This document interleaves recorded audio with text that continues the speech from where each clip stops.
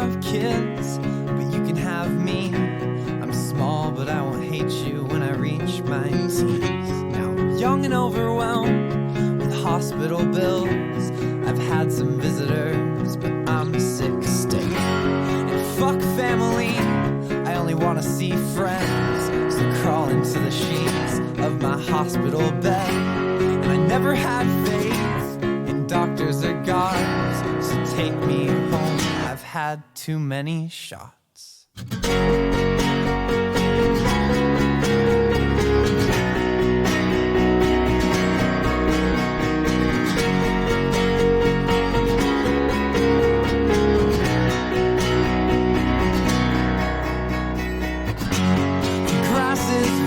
Crawl into blankets, wrapped as tight as your skin. I can feel your skeleton, and I remember you're made of more than color and shape. But there's a heart in that cage with a constant tempo change. It doesn't only exist because I've thought of it. No, you're a physical thing, you're still there when I look away. And I won't disappear when you're not here, though I feel I may if you look away.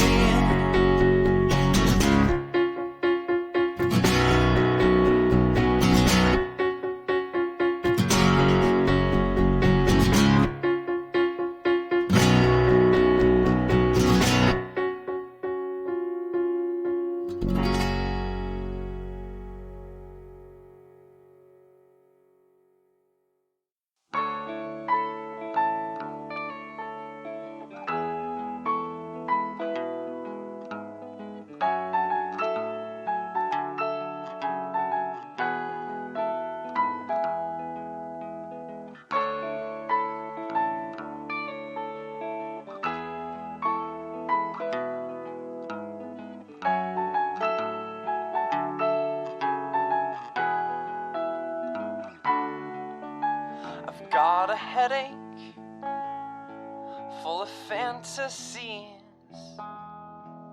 but they're not the kind with beaches, more like dark city streets that lead me nowhere. That's where I want to be, and most times it's stupid, but for now I'm hoping that there will be no end to this.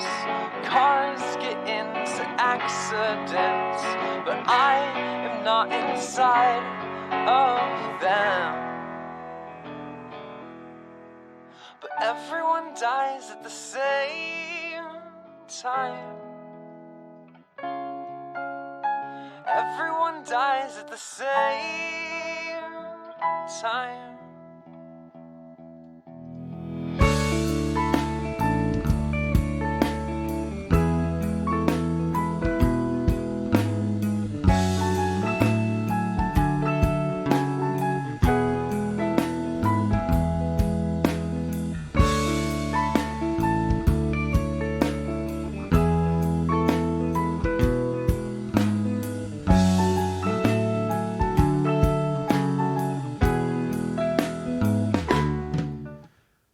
We're live, Boyd. You okay there, champ? Yeah, I'm good. These all things I can do for the camera that the podcast listeners don't. Yeah. The regular pod listeners don't get.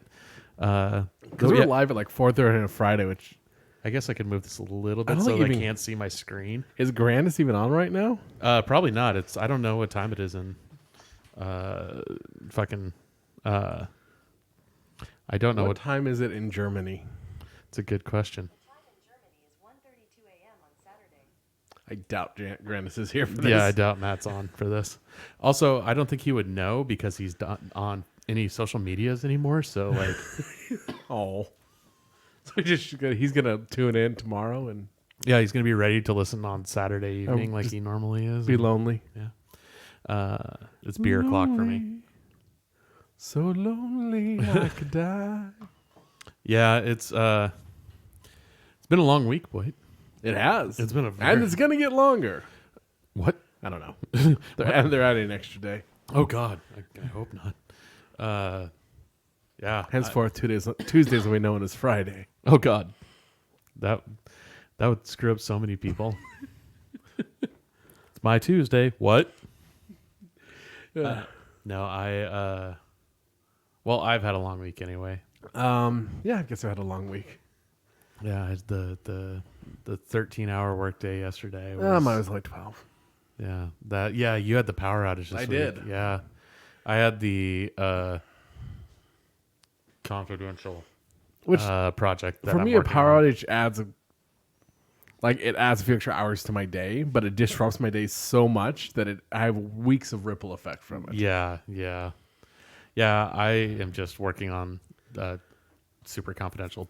So I'm not trying to be cool. Like Curtis is doing things about stuff. Yeah, there's an NDA in effect. I can't talk He's about doing things about stuff. I can't literally talk about it, but it's just taking up all of my time. He's doing a lot of things about stuff. Yeah, a lot of things about stuff and things and stuff. He's also doing some stuff about things. Yeah, it just took up all my time this week essentially. And then I went and saw Titus Andronicus on Monday. You did? Yeah. Our good friend Marty Gomez and I, he came with me on Monday. Yeah. And we went and saw Titus Andronicus. And do you want to hear the full story of the super fun lady who sat with me at the? When do I not? Yeah. So I always love Curtis's awkward stories. I'm 2 for 2 in my last 2 crocodile visits of drunken older women saying weird things to me in an attempt to hit on me. Well, you had 2 visits since we saw the benefit show there? Yes. Okay. Yeah. So I went to Marcus's show. Was Right. At the Crocodile. Okay. And then Titus Andronicus. Titus Andronicus. You don't have to get that close to your mic. I turned it up so you wouldn't. Don't eat that. It's bad for you.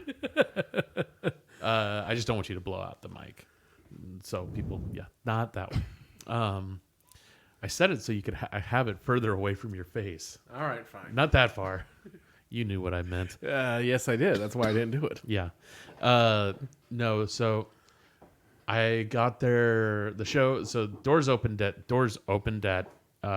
7. Yep. Meaning that like the opening band was going on at 8, which for the record, Monday night show, 1 opening band, doors open at 7, opening band goes on at 8, headliner goes on at 9. Much more efficient. That's the way a fucking weeknight show should be. No, that's fair. And then Titus played an hour and a half, and I was home by a little bit after 11. That's So, nice. Not bad. I was thinking going to Trash Fire on Thursday or on Wednesday, Yeah. but I ended up working till like the show. You had a trash fire. Yeah, I had a Trash Fire, so I didn't go to Trash Fire. Yes. What are you looking at? Just look at my week, see if I did anything. Oh, we Oh. did D&D. Oh yeah, we had D&D. So Marty was gonna meet me there around 7:45 or so. Yeah. I got there early around 7 because I was like, I'll get a drink and have like the Crocodile has decent pizza. They have a wood fire oven. Like I'll get a drink and get pizza and just hang out and kill some time before Marty shows up. And then when Marty shows up, like we'll go into and watch the opening band, which the opening band was a band called Control Top, and they were Nice. fucking rad.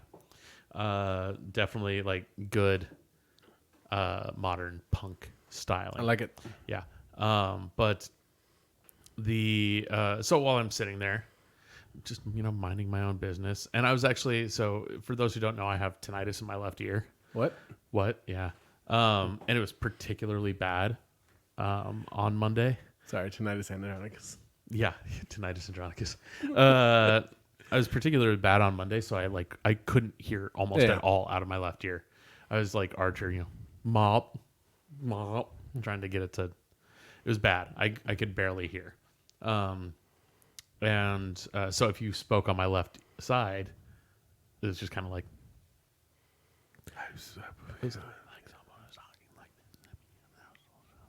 What? That kind of thing. Yeah, it's great. So anyway, I'm sitting there waiting for my pizza, just enjoying a drink, fucking around on my phone. Like you do. Like I do.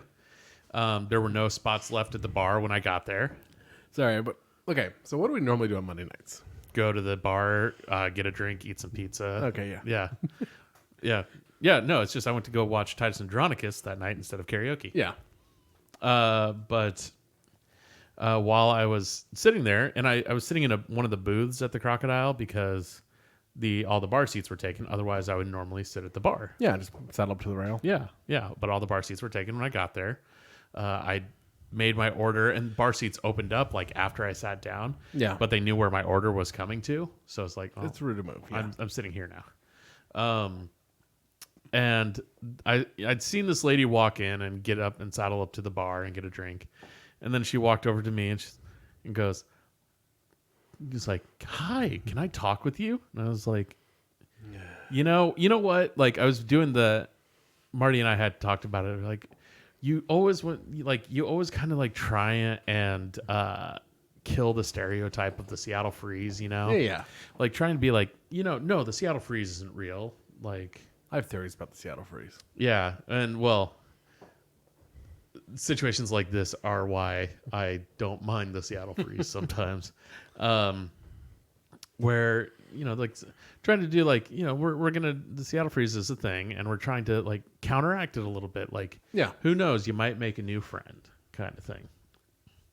And it reminds me of just that I think it's Chris Rock. I don't need any new fucking friends. But she was like, "Can I talk, like, sit and chat with you?" And I was like, "You know what? Sure. Yeah. Why not? Right?" And it's in a booth. It's in one of the U-shaped booth, and I'm sitting on the edge of one, and I'm expecting her to sit across from me. No. She like motions to me to like scooch over, so I scooch a ways in, and she saddles like right up next to me. I was like, okay. On the deaf side. Yeah, on the deaf side, on my left side, so like right here. And I was honest with her. I was like, so I can barely hear out of my left ear right now. And then she proceeded to talk quietly. Of course. Yeah. But she was hammered Yeah. drunk. And definitely high because she told me. Okay. Yeah. She walked in, she's like, I smoked the biggest joint before I walked in here. I was like, oh, well, Congratulations. it's your prerogative. Do what you got to do, Do what you want to do. And as somebody who is not a partaker of the green, but has a number of friends who are, I don't care. You don't usually. judge. Yeah, I don't judge. But like she was just like, yeah, I just wanted to smoke a joint, just kind of calm down. And like somehow like the conversation ended up on the topic of like cryptids, like Bigfoot. She was like, yeah, people are getting like, they're like aliens, and like Bigfoot is out there in Oregon. And I was like, yeah, well, I don't think I'm going to be going to Oregon that often. The Area 51 rushes this week. Yeah. Entirely separate from that. Okay. Just in general. I was like, yeah, I don't think I'm going to be going out to any national parks in Oregon anytime soon. And she was like, how did you know they were there? I was like, you just said Oregon. Like, I'm not making shit up, and I'm sitting there trying to figure out, like, trying to just be kind of like, I'm being nice. And then it gets around. So she definitely believes in aliens. And I Good told for her. Yeah. I was like, she's like, do you believe in aliens? I was like, I believe that there's probably intelligent life somewhere in this universe. Yes. Aside from us. Like it's ridiculous and self-centered to think that in this infinite universe that we are the only planet on which there could be sustainable, habitable life that reaches the point of intelligence. Yeah. Have they showed up here? There's the argument that proof of intelligent life is that they haven't contacted us. Yeah, exactly. I was like, they showed up here? If they have, they haven't fucking said anything. Observe and report. Yeah. And she was like, but what about Bigfoot? And I was like, if Bigfoot was real, we would have found him and shot him by now. She was like, no, he's real. And I was like, Maybe he's an alien. yeah, maybe he's an alien. And then she kept on changing topics. She was like, why do we even start talking about this? I'm like, you brought it up. And then she goes on to say, I met this guy recently, it's like it might be like a thing, but I don't know if it's going to be a thing. But he's like into cannibal play, and I was like, cannibal, like What? excuse me, like like he wants to be like, I'm gonna eat you kind of thing, and she's like, yeah, and I'm not sure if I want to do it. I was like, if you're not sure, the answer is no. I mean, you know, there are a lot of kinks out there. That one really takes a certain. You have to have a taste for it.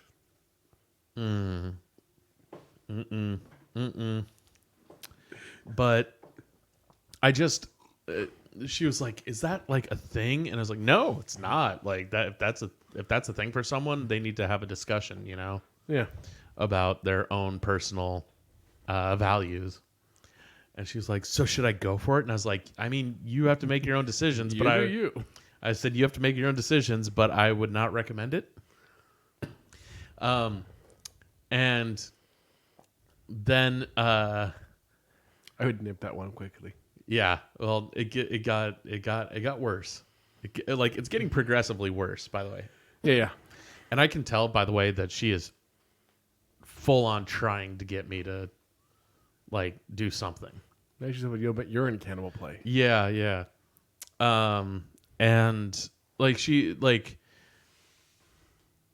anybody who's ever been intimate with another person knows the look in somebody's eye when they're like about to go for it, right? Yeah, no. It's this one. Look, I should get us down. Oh God. No, it's but that look that somebody gets in their eye, and I saw it happening, and I was just like, no. So that's how you got the scar on your neck. Yeah, no. And she also kept getting a little bit like closer to me, and I kept kind of slightly moving away. By this time, my pizzas arrived, and I'm like eating. Me and my pizza piece And lady. and she's like doing it's the not so subtle shit, like putting her hand on your arm. I'm just picturing like you guys start at one end of the booth, but Curtis doesn't necessarily tend to turn the pizza, eat it. It just kind of pizza in the middle and just eats his way around, moving away from her. It was subtle. I was trying not to be rude, but like by the time Marty got there, half an hour later, I had moved a good 2 feet into the booth, and she was right there with me. And I hope Marty sat on your right side and didn't block her in. Marty did sit on the right side. Okay. Well, I'll get there. So, like I said, it gets worse because then she decides to do away with all pretense and just be like, I've just been so horny recently, and I just can't get like anybody to help me. And I was like, this is like straight lines from a porno. She asked you if you had some extra sauces on your pizza. No, my response to her was basically was well, that sounds unfortunate. Hopefully you could find somebody to help you with that. I can't get anyone to help me. Good luck with that. Yeah, pretty much.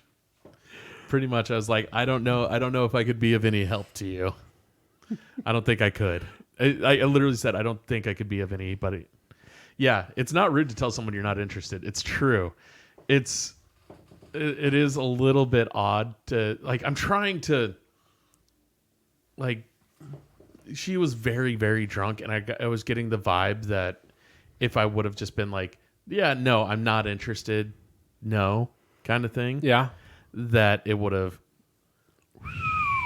like gone downhill. And then it continued to get worse because this, just so everyone knows, this is about to get really awkward and possibly Disturbing. This is what I texted you guys. Wait, did you text? Was this to the group or just to me? I texted the group. Okay. Yeah, you and Ashley had the same response, Oh, that's right. which was Jesus. Which, just so everyone knows, it's about to come. Ready? Okay, here it is. About to come is not the right choice of That's words. a good. Right now. I said that out loud, and I thought about it and realized it was a bad choice of words. No, she got to me and she goes, "Do you think I'm pretty enough?" And then ... And I was like, okay, like she's feeling. In my brain, I'm thinking she's feeling insecure or something like that. I'm just trying to be, nice, I guess. What comes next? Yeah, what comes next was, do you think I'm pretty enough to that like bunch of guys would throw me into a van and rape me? To which I immediately went, I'm not comfortable with this premise or answering this question at all. In fact, I really think that that's something you should not be considering as a possibility. My guess is she had a thing for it, that style, like that type of thing, that idea. Because then later on, about a few minutes later, she asked me if I knew anybody where she could go get some coke and do it and have a gangbang. And I was like, I don't think I could help you at all. And that's about when Marty showed up. The happiest you've ever been to see Marty. It was like the happiest I've ever been to see Marty. And I literally, like, Marty was like, showed up and he saw me there and he saw the look. I was very careful to give him the help look. It was the eyes are big, kind of strong eyebrows. Hey, Marty, like, good that you're here. We're gonna, I was done eating the. Yeah. Well, that hit bunny boiling. Yeah, it did. It went insane. It was nuts. Of all possible directions that question was going to go. Yeah, it went like that into There's insane. do you think I'm pretty? Okay, enough. Okay, where's this going? And that's not what I saw coming. That's not, no, yeah, I'm not. So, I think the scene in the show where like you have the character mouthing off and they're getting riled up and they get hit by a bus. yeah. All I can think of right now is Mean Girls. Actually, I go to Doc Ock in Spider-Verse. Oh, yeah, that too. I was thinking Mean Girls. Mm-hmm. Yeah. I felt like Regina George getting hit by the bus. Spider-Man has one where they're building up to the fight. There's this tension, and then just a train takes out Doc Ock. Yeah. That's kind of how that felt. Yeah. It's just Whoa. Yeah, that got intense. She also let it slip that she's been off parole for a year. Oh, she's off. So you know what? parole. She's been off parole Now, for a I'm year. curious. When she says she's been off parole, does that mean her parole ended? That is correct. Or she's just like off parole, like off the reservation? No, her parole ended Okay. a year ago. Yes. I actually went, oh, congratulations. And she's like, oh, thank you. Okay, just checking which way you meant by off parole. Yeah, no. Her parole ended. Parole ended, not off the wagon. Correct. Yeah. Well, she was off the wagon if she ever But you know what was I mean. on. Yeah. The parole wagon. Yes. But about the time Marty got there, he was like, all right, well, I'm going to go grab a beer before we go into the show. I was like, okay. And I was trying to finish mine as fast as I could, just so I could have an excuse to be like, all right, well, we're going to go now. Because once he gets to a certain point, like if you're getting a beer from the front bar at the Crocodile Yeah. and you go to the back bar, they give it to you in a plastic cup. I was still in a glass cup. Yeah. And so I finished it right as Marty got back. I was like, God damn it. I was trying to get out while he was out there and being like, let's fucking go, Did he get a plastic cup? He did. All right. So I went, well, I'm going to go hit the head real quick, and then I'm going to close out at the front bar here so we can go, like, and close out for this bartender here at the front bar. Because, number one, it's polite to do that. If the bartender out front has been helping you for an hour, close out the tab at the front bar and get paid them their tip. Yep. And then the back bar Yeah. is a separate tab. It's polite to do that, even really if it's is. at the same location. But yeah, so we got to the I went up to the bar I went to the bathroom, went up to the bar to go like close out my tab. And the bartender, she like reached across and grabbed my arm. She goes, "So that lady who's talking with you?" I go, "She's mostly harmless. She's just really drunk." Which is true. Yeah. She was just really drunk. Yeah. And I'm not sitting here trying to narc on somebody or get in trouble or something like that. But, when it comes to a person's well-being, I'm not going to be like, oh, Also- yeah, she's fine. Also, you were on an escape route at this point. Yes. So Yeah. And she was talking at Marty now. And he was holding his own pretty well. He's like, oh, yeah. And we walk over, and I close up my tab, and I walk over, and I'm like, all right, Marty, like, we're going to head into the show now, so, like... She was not going to the show. See you later. No, she wasn't. She was just there. Thankfully. Yeah. She's like, oh, I want to go to the show. And I was about to be like, well, tickets are over there, you know, if you want to go. And right as I was about to say that, the bartender came up and tapped her on the shoulder. It's like, excuse me. And Marty and I just gone. Walked in I walked into I told Marty about what he missed, and he just goes, what the fuck, man? Because the last time we were at the Crocodile before that, a girl, an older woman, came up to me and goes, just while Marty and I are standing there watching our friend's band play, and she walks up to me and she goes, I am the queen of getting spankings, and just looked at me for a second. I was like, after the story you just told, that doesn't sound that. No, it doesn't sound that bad, but still, it was just kind of like weird. Don't put your hand out like that if she can do that. Yeah. You and these things are just not at the right moments. Yeah. Oh, your mom's calling.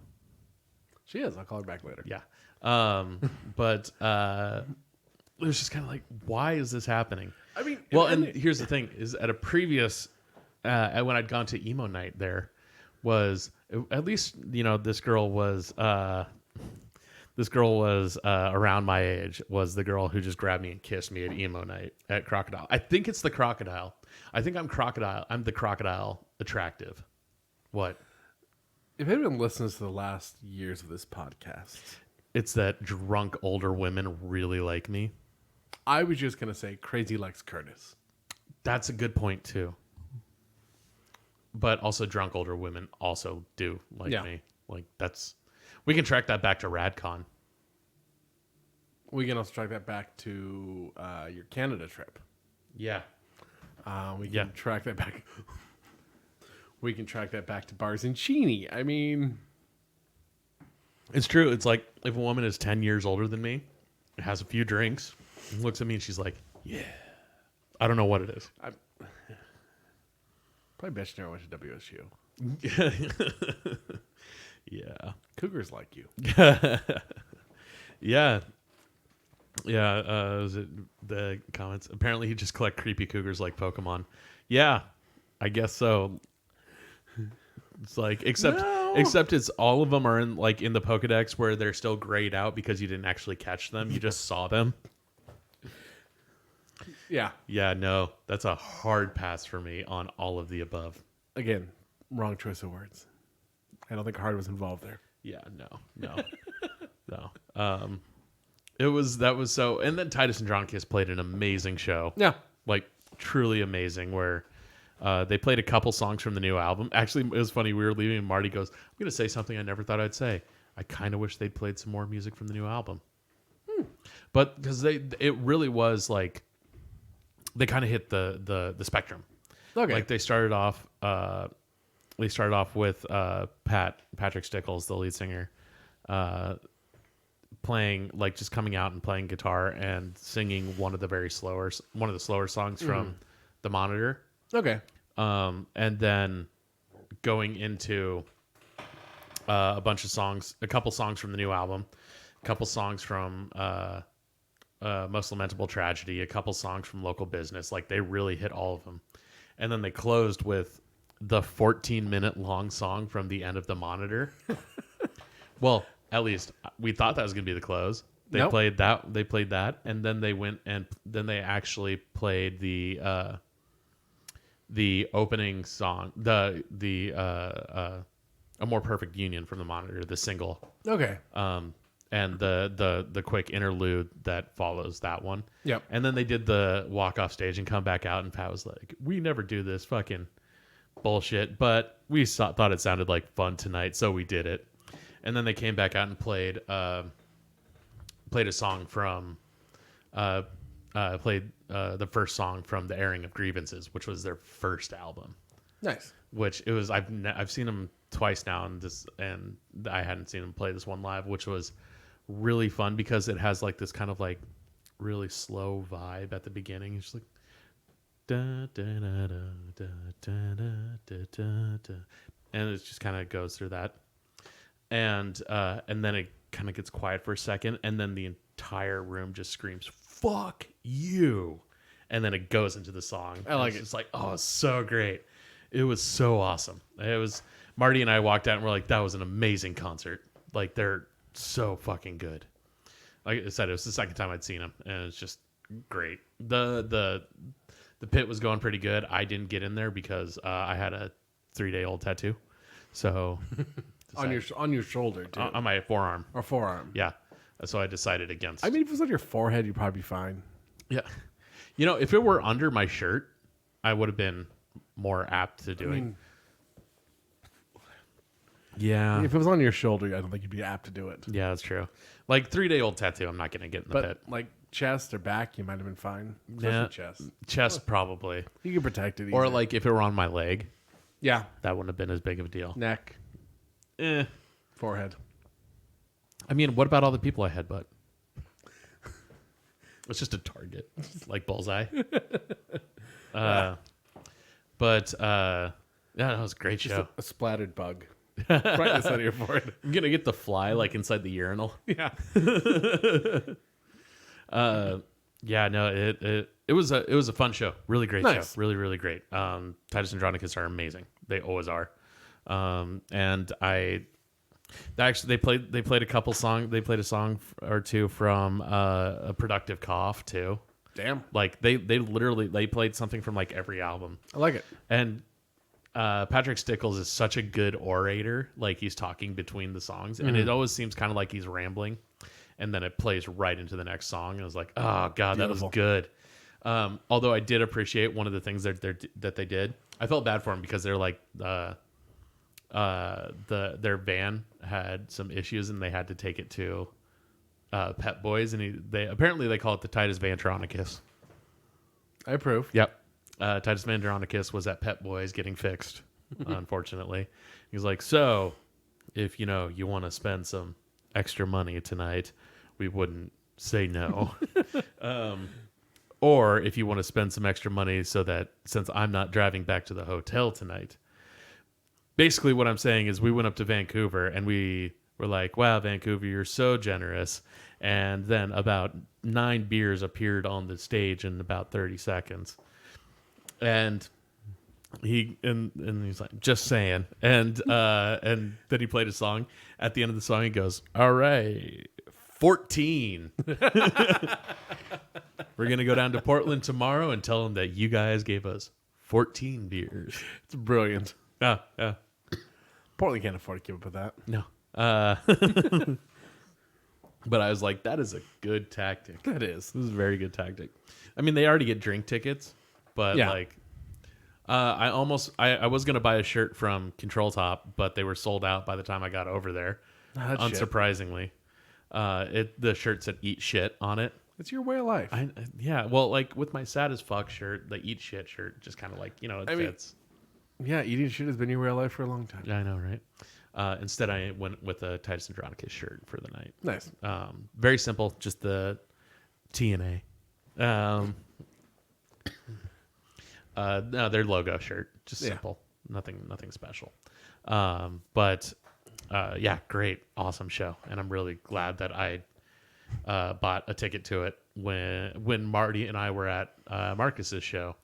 Like we literally were like, "Hey, we're here. Let's avoid fees and go buy tickets." Is the T inversion Titus and Adonkus? Titus Andronicus. Yeah. Titus Badonkadonkus. There we go. I was revisiting some. Apparently, Tiny Tina's in Borderlands 3, so Nice. that just reminded me of it. The Badonkadonks. God, Ashley Birch is amazing. But yeah, that was my aside from just fucking work, that was my big thing for the week. And well, I guess D&D DMing for you guys on Sunday. Yeah. I'm playing this Sunday, so switching back over to the other side of the table. You are, aren't you? Yeah. I got a life reminder at work this week. Yeah. Our vending machine has a roulette soda. Yes. And So what Explain it is, this again, please. you can buy the regular sodas, whatever, pick your selection. There's a roulette one that gives you 2 cans for the price of one, 50 cents. So they're 50 cents each. And it's guaranteed not to be. The only rules are not diet and not cola. Got it. You don't know what you're going to get. So it could be anything else. I got root beer and fruit punch. Okay. And it's a wonderful reminder there are things in life that are really good but don't always go well together. Yeah, that's true. Like, Root beer and fruit punch? not going to make a good drink combo. No, not a good drink combo at all. But you have one and then the other and you're fine. Um, I'm thinking now, I've known people whose their relationships is fruit punch, root beer. yeah. They're great people, just not together. Yeah. They're both great. Yeah. Just not good together at all. If you ever get in that situation, I will be sure to describe your relationship as a fruit punch, root beer. Oh, thank you. Thank you. So what did you think of D&D on Sunday? I enjoyed it. Yeah? Yeah, This week was you guys had to learn how to shop this week. we did. Yeah. What did you think? I think the group got it pretty well. Yeah. We have one member who's not allowed to talk to NPCs anymore. Tom? Yeah. Yeah. We have a member in our group who is a Arakokra wizard. He's a bird person wizard who has a -1 to charisma checks. So even though he had advantage on charisma checks the entire session, he still was he was still rolling like a 7. Yeah, and then have -1 on that. Yeah, and having -1 on that.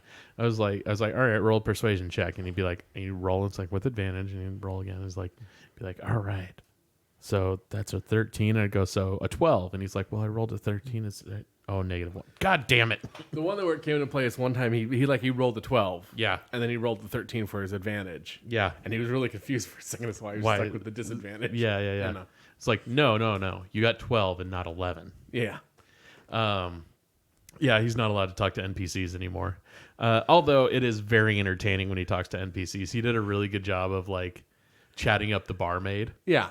Like, I had fun with that one. That was like I had fun adopting an accent for that. I should say he's not allowed to talk to NPCs. We need something from Well, you got information from the barmaid. True. You did. True. Like very important information, actually. However, when we tried to talk to shopkeeps, it never went well. No, it never went well. Tried to haggle. Well, to be fair, you guys tried to haggle for the price of pounds of cut off meat to feed the wolves, while the wolves were snarling and scaring the shopkeep. You tried to haggle and not intimidate. I suggested intimidate, but Tom spoke first. Yeah, then they tried to haggle, and Yeah. basically, and then rolled like shit. And Yeah. basically, the shopkeep was like, "You will get what you get. Please take the wolves away from here." Yeah. However, I managed to piss you off with my my roll to persuade the guy to give us more money for our reward. Yeah, god damn it! Like, well, you rolled like what, like a 22 or something like I rolled a that. 17, and then I had a 6. Like I have another 5 or 6 on top. It's like of plus 5 or 6 Yeah. to your persuasion. Yeah. Yeah. It was like, he promised to pay you guys 50 gold each. And Boyd goes, I thought you said 75. And he's like, I don't remember. Like, Boyd goes, oh no, you're pretty banged up. Like, you said 75. And rolled my persuasion well. And like rolled his persuasion really well. And I was like, oh, it was deception. It That's was what deception, wasn't it? Yeah. It wasn't persuasion, it was deception. And I was just like, fuck, all right, everyone gets 75 gold now. God damn it. And then everyone spent a good chunk of change too. You Yeah. guys got a lot of gold. You guys have been spoiled for the first couple because you've moved decently enough through at a decent enough clip through things that you're level 3. Mm-hmm. You all have a good chunk of change in terms of gold, at least for low level characters. Especially because I had that locked chest I didn't really Yeah, share. that you didn't tell anyone about either. Yeah, you got a lot of cash out of Yeah. that. And you guys sold some things. Admittedly, like I had you guys sell the rusty scimitars for like a couple silver, Yeah. instead of a couple gold, like they should have been worth if they were good. But there ain't no way I'm letting you sell goblin scimitars for. Maybe if they've been good scimitars, Partis might have kept them too. Yeah. There's a reason I went into all of your character sheets and changed them all to rusty scimitars.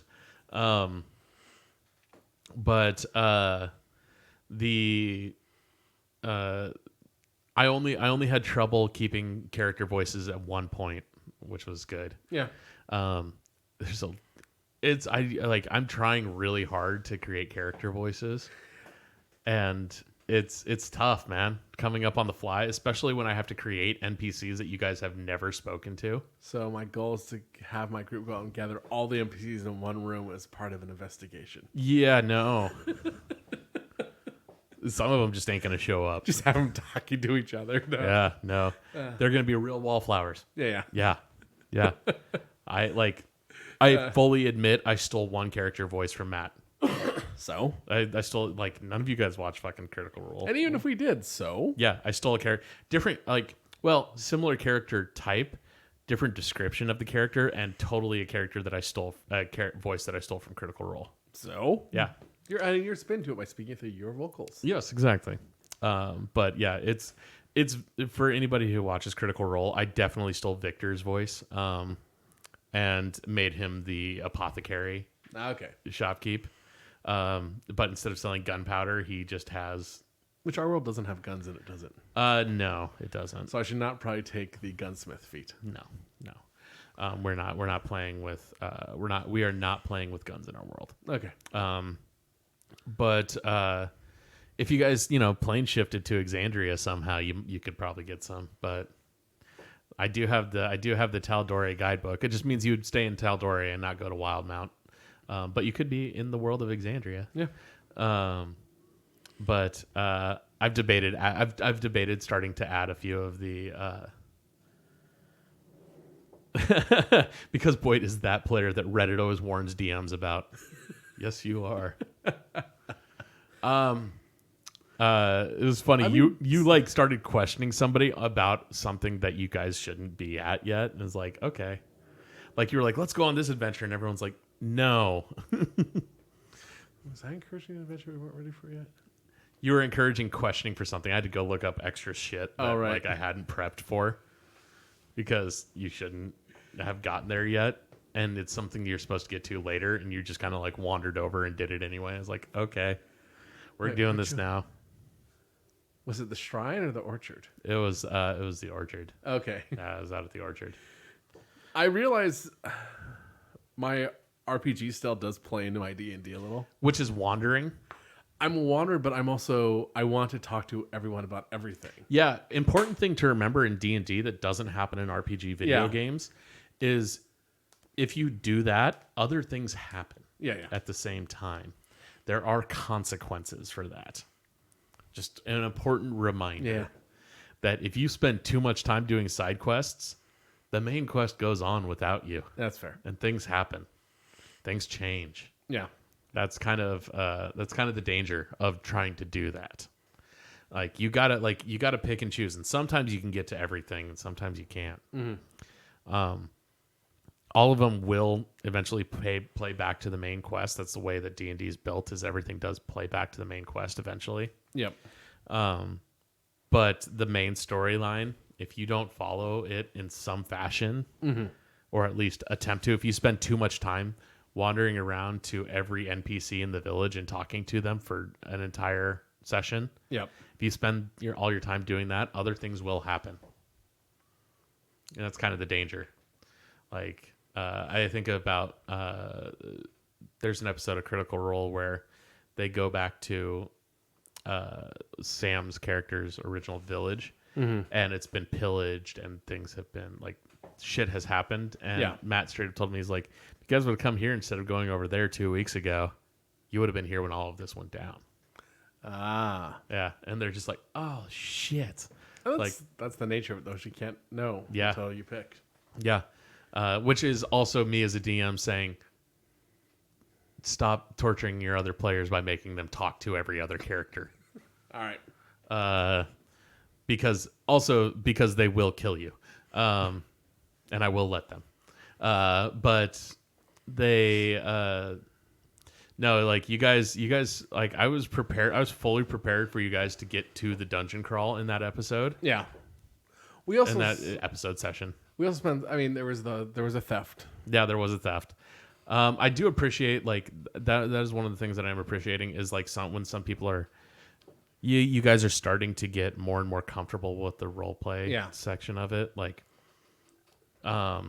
this one I encouraged a little bit because I could see that. So Boyd had a cloak that Ashley wanted. Yeah. And so Ashley decided to steal it during the middle of the night.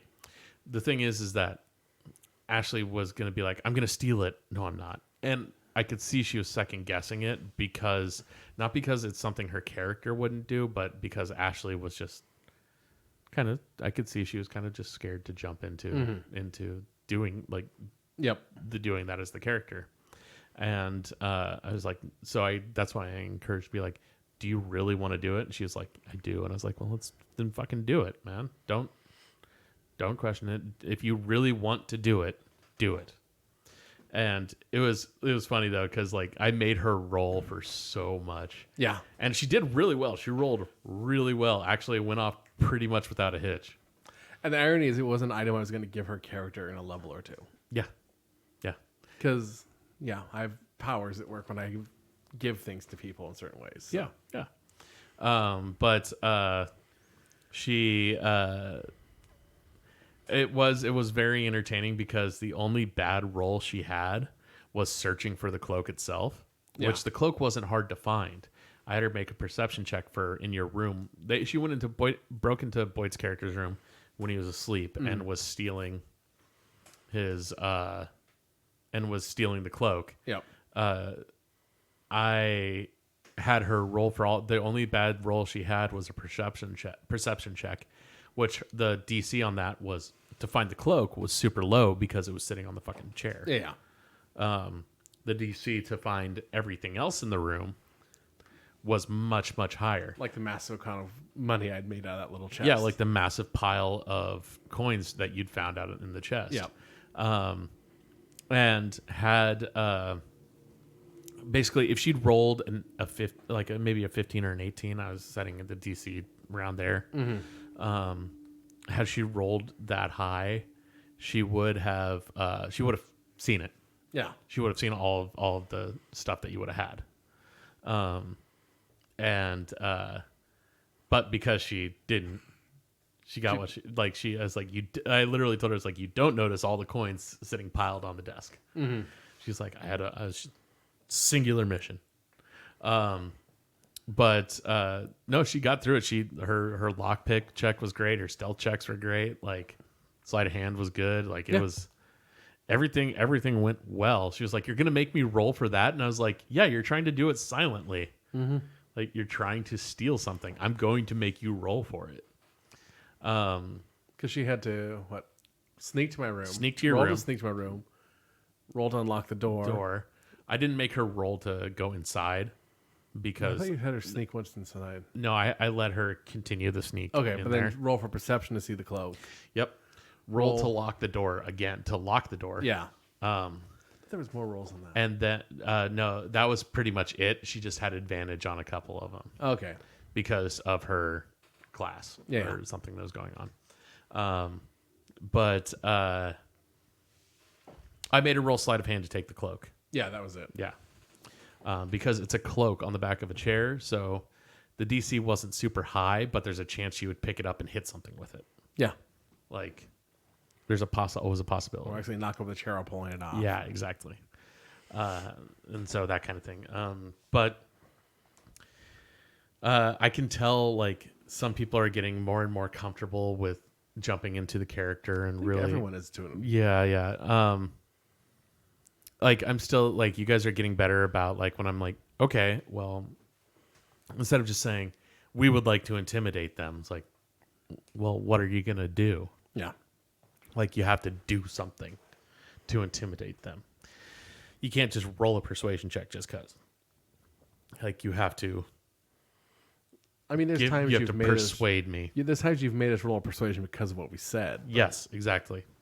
And that I'm encouraging. That's why I do that. Yeah. To encourage you to try to say something, or to do something. Like I had our barbarian roll an intimidation check because he did something as a response, and I was like, oh shit, that's good. Like roll an intimidation check. Yeah. Like that's good. But yeah, I'm trying to encourage you guys to Like, it's good to be mission oriented, but at the same time to take a little bit of time to not be so like mission oriented, I guess. I mean, going into our next session, you guys are literally walking into A manor. like We know you're some- walking into a dungeon. Yeah. Yeah. Wait, there's dungeons in this game? Are there dragons too? You don't know. I mean, we have a half dragon in our group. You don't know. We're about But to have a dragon in a dungeon. but yeah, it was. You guys are getting better and better and better at the whole. Like, I mean, you guys are going into what could ostensibly it may or may not be battle heavy depending on what you do. Yeah. Like, it might be battle heavy, it might be. Like, we'll see how it goes, but you guys got into one scuffle in this one, and basically you guys are level 3 now, and our barbarian player I was talking with him yesterday, and he's like, yeah, so like I'm really excited to get to like level 5, and I was like, well, you guys got to level 3. It's just like, wow, dude, like you get through your first couple levels by killing 3 rats. Yeah. All right, now it's gonna take a little bit longer. So be prepared to be at level 3 for a while. And it'll depend on how you guys go through the story too. Like this thing that I have is the story that I have is made to get you through level 5. Okay. It could take you 3 more sessions.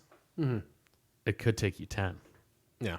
Like, to put things in perspective, the game that I'm a player in, because my group is full of fucking spazoids who panic at the slightest thing happening.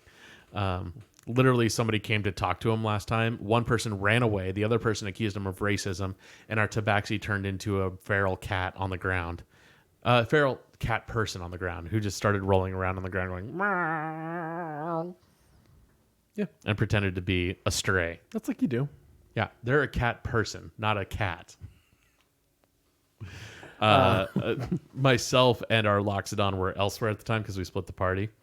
And hey, it made sense at the time. There was a moment I think our party almost split, and I was prepared for a player to get killed for it. Yeah. The rock throw. Yeah. That's right. Our Aarakocra. Our Aarakocras are bird people. And, and I'm correct. You basically threw the rock to punish him for choosing to fly at a weird time. Yep. 100%. And honestly, if I would have rolled poorly, I would have made the rock miss. I actually, I rolled against his DC. Yeah. His AC. I rolled against his armor class. I added no modifier to it. Yeah. It was just a straight roll. And then I rolled for the damage too. Like I wasn't making shit up. Well, I was making shit up, but I wasn't. So he tilted. took 2 damage. How much damage could he have taken? 4. Okay. Like if you rolled an 8-sided for that, Is that not how you're supposed to avoid conversation with strangers? Yeah. But he was like, I was like, so he's like, can I fly? And I was like, you're gonna fly through the a streets strange town. of a small town where you got in a fight earlier. And he's like, yeah. I'm like, all right, how high off the ground are you gonna fly? He's like 25 feet. And I was like, all right, man. Which it's hilarious with a wizard because he has 17 hit points. I was gonna say if you would hit him like I thought if you were rolling like an 8-sided for that rock and hit him with 8 damage on his 17 Oh God, points. no! I would not have done that. That would have been just that's unnaturally cruel. But that was like you're flying 25 feet off the ground through a fucking town of small people. Of course, a teenager is gonna fucking throw a rock at you. Like it's mostly humans, and it's humans and dwarves and the occasional elf in this village. And I know if he had chased after that teenager like he was considering, Yeah. because he rolled perception to see him and he failed that, but Yeah. the ground people saw him. Yes. Yeah. If he had chased him, I don't think the party would have followed. Probably not. And he would have faced, as a warlock or as a Wizard. faced 3 teenagers on his own. It was 2, but 2. yeah. It would have been an interesting fight. Yeah. Well, no, he would have fucking decimated them, but with one spell. But that's beside the That point. would have also had interesting fallout in the town. Then I would have had to figure out what the fuck's going to happen now because he just murdered 2 children. I was prepared to turn him in, especially if there was a reward. Yeah. And actually, his character would turn one of our members in for a reward, so be fair. Without a doubt. Yeah. Like, without even thinking twice about it. Yeah, he would turn I you could have guys in. convinced our rogue to go along with it. Yeah, no. Everyone would have been totally okay with it based on what I know of your characters. Do we just... Is that essentially a death for the character if our group turns him into the police? It depends. Yeah, probably. I'd probably have him roll a new character. That's like when I would have him roll a new character and you find him in the dungeon of the place you're about to go into kind of thing. So it's just, but I would have been bummed if he did that because I like a lot of the choices he's making as a wizard. Mm-hmm. I like the fact that he picked up on what spell components are like immediately. I texted him earlier in the week and I was like, hey, like, so like be prepared with this.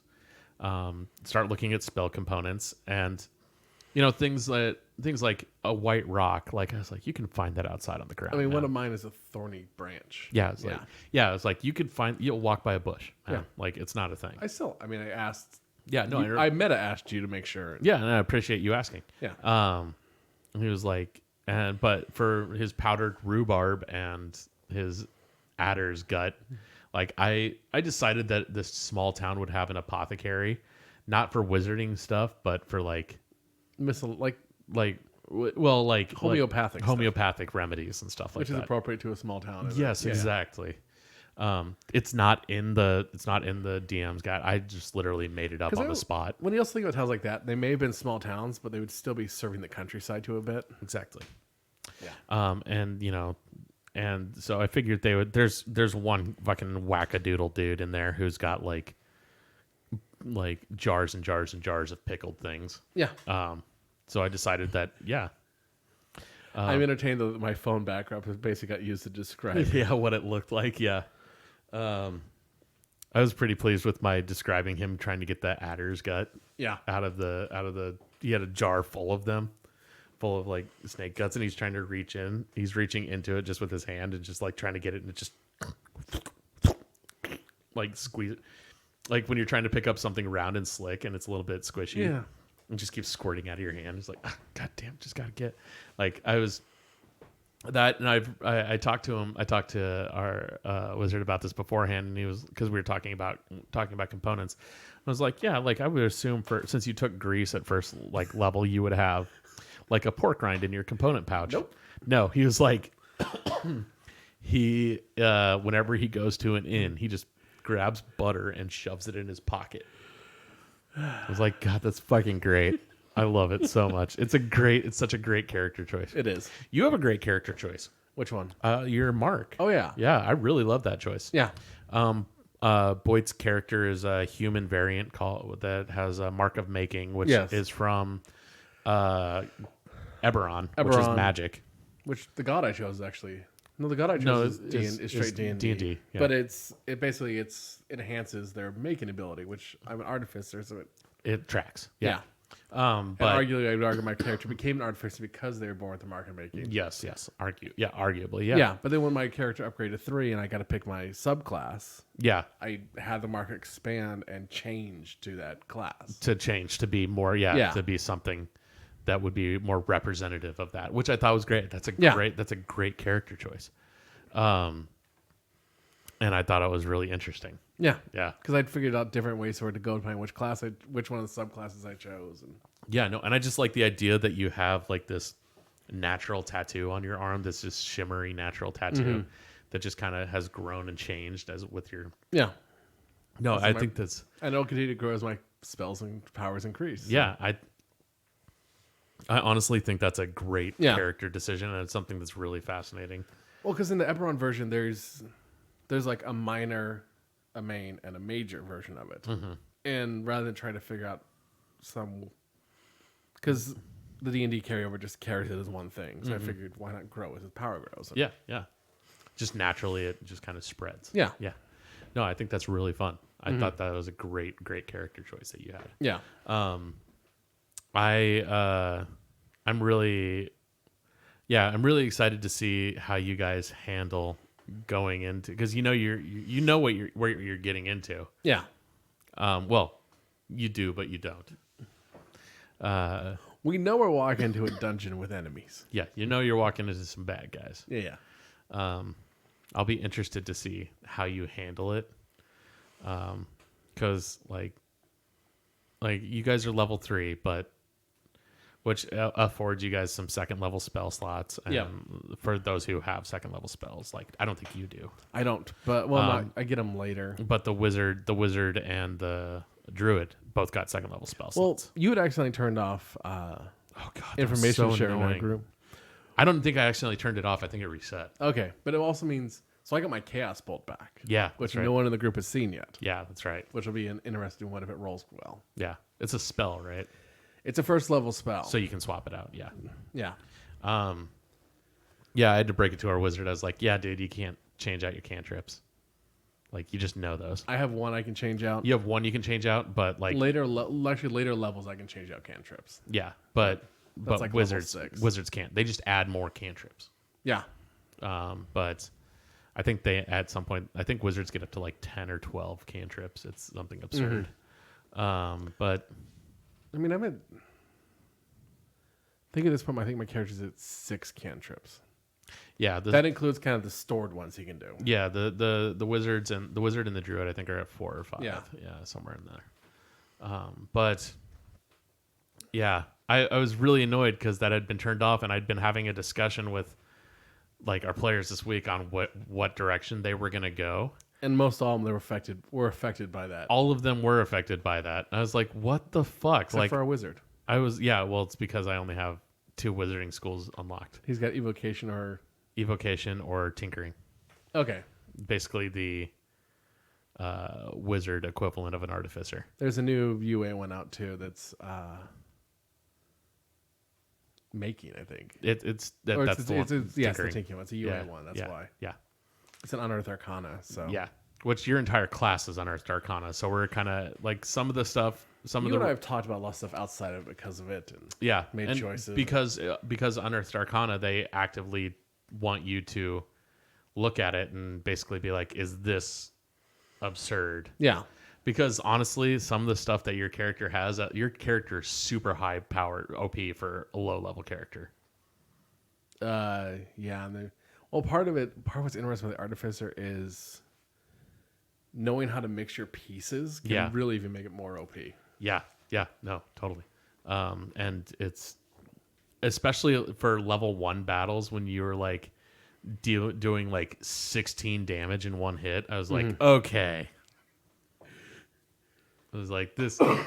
We'll see what happens when you like. I was looking at it though, and your stuff starts to like in terms of it starts to even out again at higher levels. Part of my OP with that though is I had a couple really good rolls of my stats set up, Yeah, and so even still, like yeah, your damage rolls aren't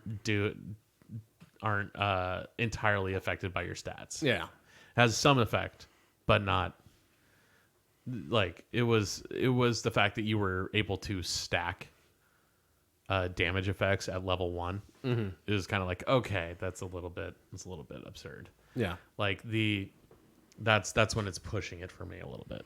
Well, that was because that you had- stacked one came down to my choice of first level spells. Yeah. And Yeah. Which honestly was like, that's a pretty high, like pretty fucking strong spell for a first level spell. And there's one of them that you just get as an artificer as a first level spell. It's an artificer spell. The magical weapon one. Oh yeah, yeah. There's that, and there's mending. Yeah. Mending's a cantrip. Yeah. But the you as an artificer getting that as that's a first level spell for you as an artificer. It is a level 1 spell, but for you to get it at first level, I was like, that's a little like absurd. Yeah, I would have given it to you at level 2, personally. that's fair.